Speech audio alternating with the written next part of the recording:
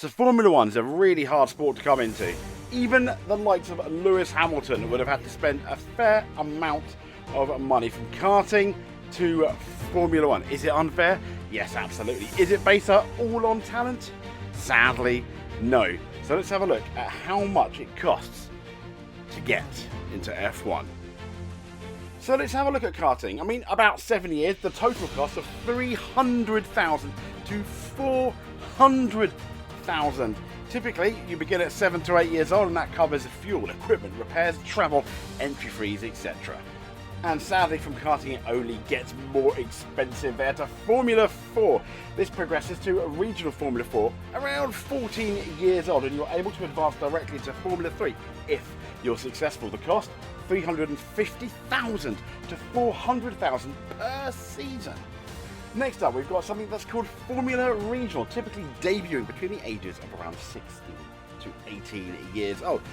Normally a season, 1 to 2 years, but it's $400,000 to $650,000 per season.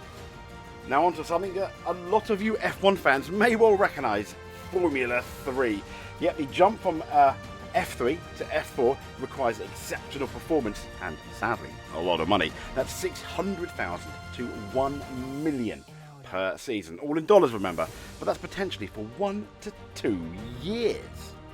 Now you're talking. We are now on to Formula 2.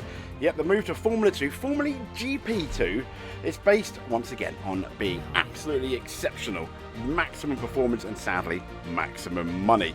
Generally requires a few years in Formula 2 to catch the attention of an F1 team, unless you're a Max Verstappen, etc. But in terms of cost, we're looking at $2 million to $2.5 million per season, and some people are in Formula 2 for as much as 2 to 3 years.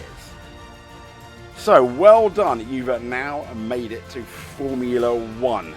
Congratulations. Still, you may still need a bit of money for sponsorship, etc., just like you did in Formula 2, Formula 3, Formula 4, Formula Regional, and maybe even a bit of go-karting. But the actual investment, we're looking at $7 million to $10 million. I mean, that's absolutely amazing. But costs may fluctuate depending on factors like performance, team affiliation, coaching, fitness training, accommodation, travel, expenses, etc., etc. But you do get some help up on the way. If you schmooze a few people, you can get sponsors, you can get businesses really interested in you, for example. You can even get Formula 1 teams onto, for example, the Red Bull Academy. Williams have one, McLaren have one, Ferrari have one. Most F1 teams have a driver's academy, but even to get up to that point, sadly, it costs a lot of money. And it makes me wonder, are we missing an Ayrton Senna somewhere, a Lewis Hamilton, a Max Verstappen, a Michael Schumacher somewhere, simply because they cannot afford it? Unlike football, where you can just pick up a ball and show your skills, you have a much bigger chance at having that talent on display.